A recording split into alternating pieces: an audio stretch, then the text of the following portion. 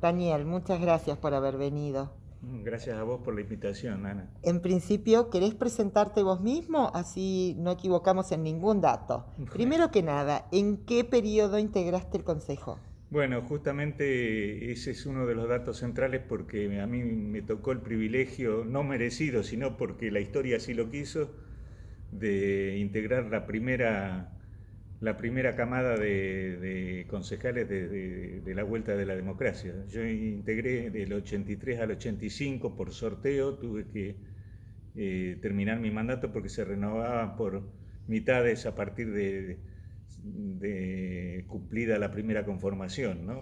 En aquel momento tuvo que ser por sorteo porque no había una camada previa que... Claro, exactamente. Entonces me tocó renovar y fui reelegido en el año 83, 85, perdón. El 83 al 85 fue el primer periodo y del 85 al 89 el segundo.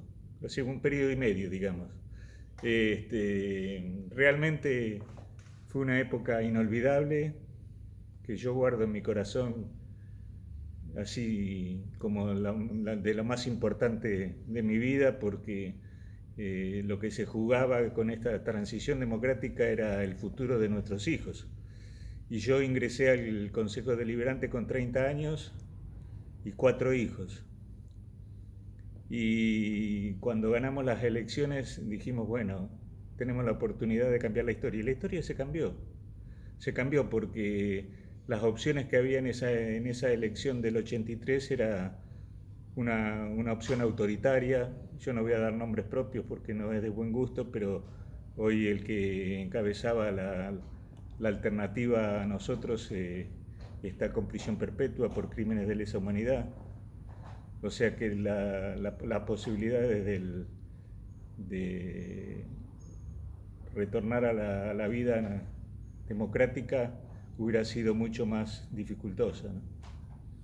Así que sí. Adelante.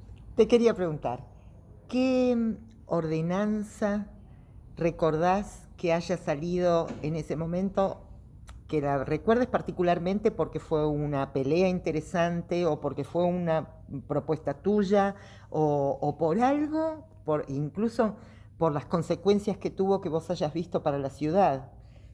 Sí, realmente lo tengo más o menos individualizado según mi modesto criterio, ¿no? Los 6 años que yo integré el consejo, no quiero ser autorreferente, pero bueno, en este caso no queda mucha alternativa, ¿no? Este, los 6 años que integré, decía el Consejo Deliberante, presidí la Comisión de Obra, Seguridad y Planeamiento. Y en tal carácter hicimos un trabajo interesante, creo que fue ya en el segundo periodo, mío, ¿no? Me refiero.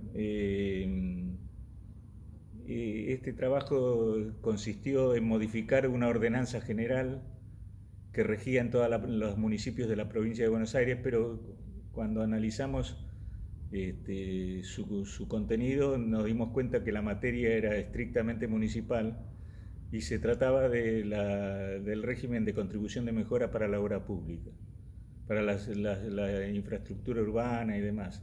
Entonces emprendimos una tarea bastante importante porque nos llevó muchas consultas, este, en muchas entrevistas con sectores de la comunidad que se relacionaban con la construcción. Se trató de darle más participación al vecino, extendiendo el plazo de oposición, que la vigente en la provincia, creo que nosotros debemos haber sido el único municipio que modificó esa ordenanza general que regía para todos, que había sido sancionada por la gobernación. Y sin embargo nosotros la modificamos porque nos consideramos con atribuciones y salió aprobada y está vigente. Si yo no tengo malentendido, todavía está vigente. Contame cómo fue que vos empezaste a militar, siendo que era un periodo muy particular, un periodo negro de nuestra historia, donde había represión, dictadura, partidos prohibidos. ¿Cómo fue tu comienzo en la militancia? Bueno, es una pregunta muy interesante porque caracteriza toda una época, ¿no? Luego del golpe, yo me recibí de arquitecto en la Facultad de Arquitectura y Urbanismo de acá de la facultad, de la universidad local, en el año 77, o sea, ya se había producido el golpe. Y a partir de ahí, tenía mucho trabajo en la profesión desde joven y empecé a reactivar lo que era la vieja Sociedad de Arquitectos de Mar del Plata. Vieja digo porque había sido fundada por el arquitecto Auro Tiribelli, un prócer de nuestra profesión, y bueno, había estado inactivo un tiempo y me convocaron colegas a participar en la reactivación de la Sociedad de Arquitectos, pero no podemos negar que más allá de que no se trataba de una cuestión partidaria, toda actividad era mirada con recelo por los militares, ¿no es cierto? Bueno, en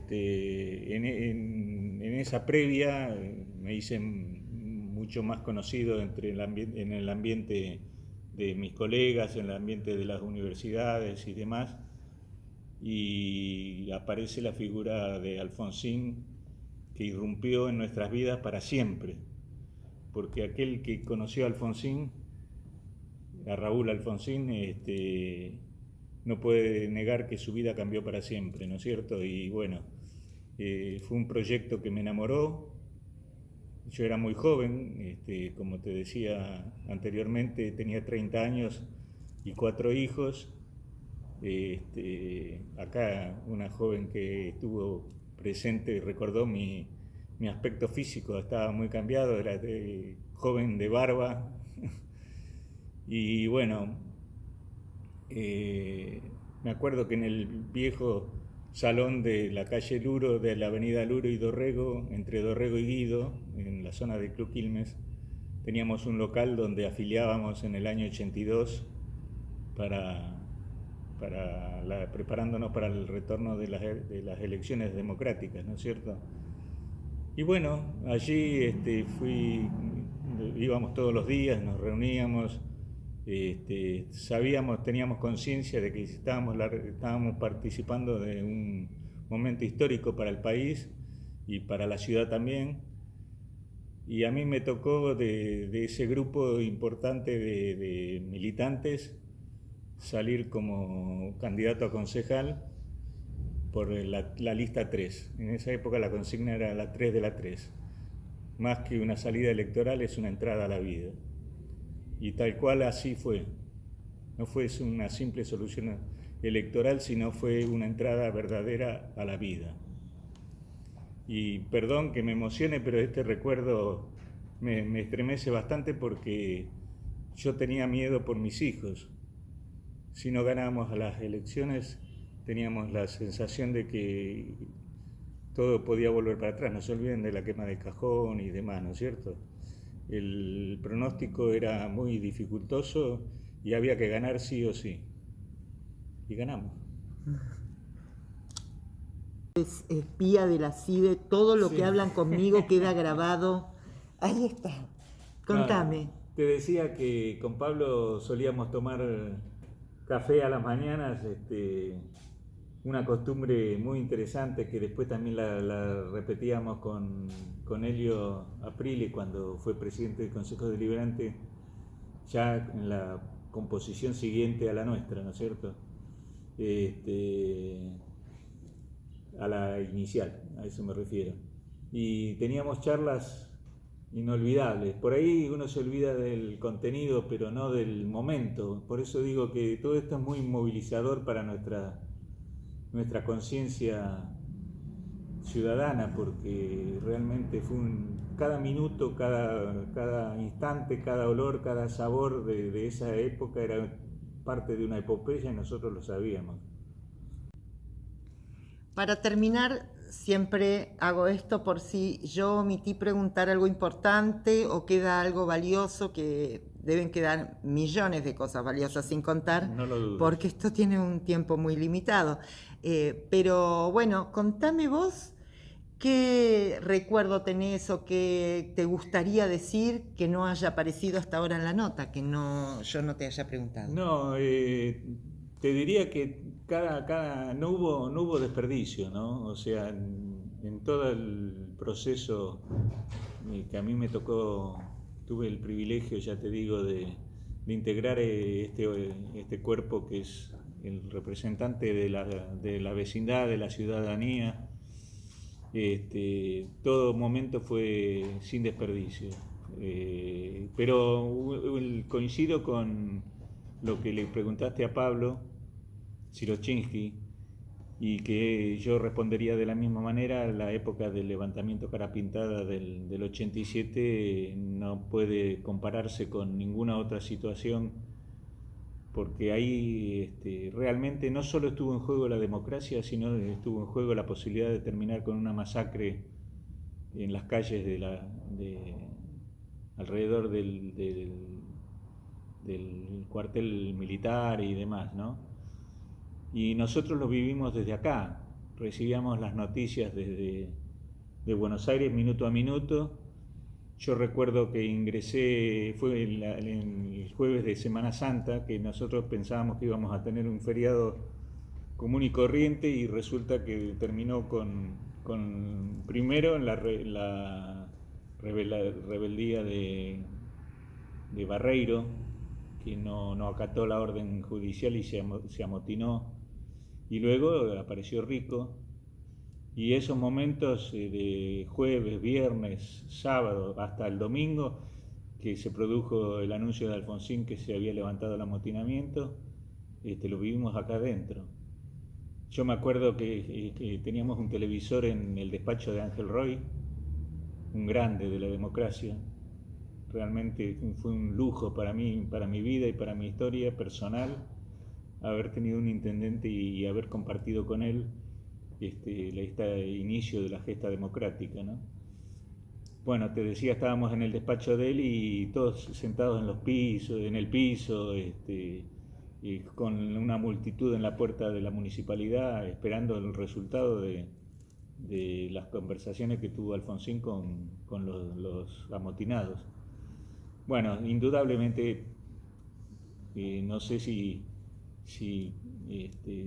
todos lo habrán vivido igual, pero por lo que lo escuché a Pablo, indudablemente eso fue sin desperdicios el momento culminante de nuestro paso por el Consejo Deliberante, ¿no? Porque fue una situación que puso en vilo a la nación, y nosotros estábamos adentro de cada reducto de la democracia que se resistía, ¿no?